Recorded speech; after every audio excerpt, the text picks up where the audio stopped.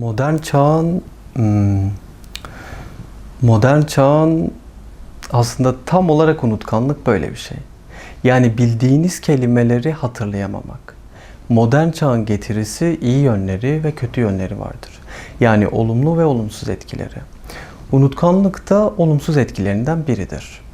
Unutkanlık aslında kişinin yaşadığı, yani yoğun iş temposu, stresi, kaygı bozukluğu, depresyon, farklı bir travmatik olayı, bunların dışında nörolojik problemleri, tiroid bozukluğu, tiroid hastalıkları, bunun dışında vitamin eksiklikleri ve benzeri durumların da yol açabileceği faktörlerden oluşuyor.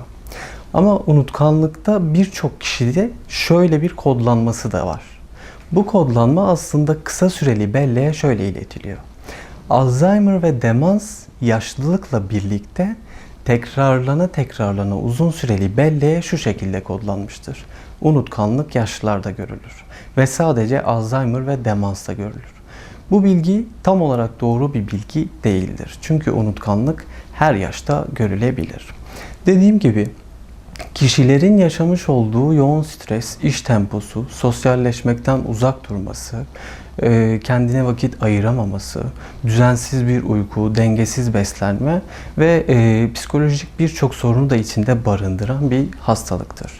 Dolayısıyla bu hastalıkta eğer kişi günlük yapacağı rutini, bir görevi varsa bunu ya da herhangi bir konuda bir sohbet edildiyse bu sohbetteki bazı cümleleri unutuyorsa ve sık sık bu tekrarlanan bir şeyse evet, kişi unutkanlığa maruz kalmış, muzdarip olmuş olabilir. Bunun için yapması gerekenler aslında çok nettir. Birincisi, eğer vitamin eksikliği ya da benzeri biyolojik ya da farklı bir hastalığı varsa doğrudan bir uzmana başvurması. Çünkü erken teşhis bu konuda çok önemlidir. Bunun dışında eğer psikolojik bir sorun varsa demin bahsettiğim gibi sosyalleşmekten uzaklaşmama, yani sosyal olma, günümüz yani çağın getirisi olan teknolojik aletlerden bir süre kopabilme, uzaklaşabilme. Çünkü bu bir odak meselesidir. Eğer bir bilgiyi kısa süreli belleğe alırsanız onun uzun süreli bellekte depolanabilir ve sizin de tekrar hatırlayabilmeniz için bunu tekrarlamanız ve bu bilgiyi bir şeylerle kodlamanız gerekiyor. Yoksa kısa süreli bellek anlık işinize yarar ve unutur gidersiniz bilgiyi.